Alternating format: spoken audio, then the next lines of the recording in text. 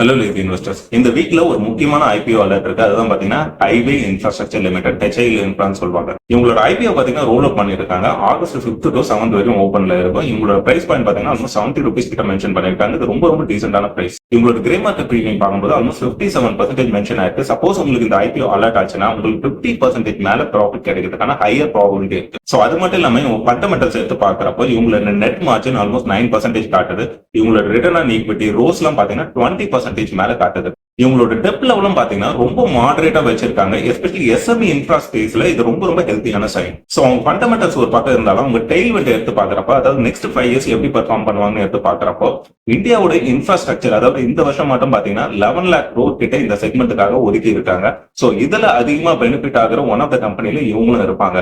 Especially இவங்க IPO இந்த மாதிரியான டைம்ல ரோல் அவுட் பண்றாங்க. சோ நம்மளோட இன்ஃப்ரா போக்கஸும் அதிகமா இருக்குதுன்றதுனால இது ரெண்டுமே மியூச்சுவல் அலைனா இருக்கு.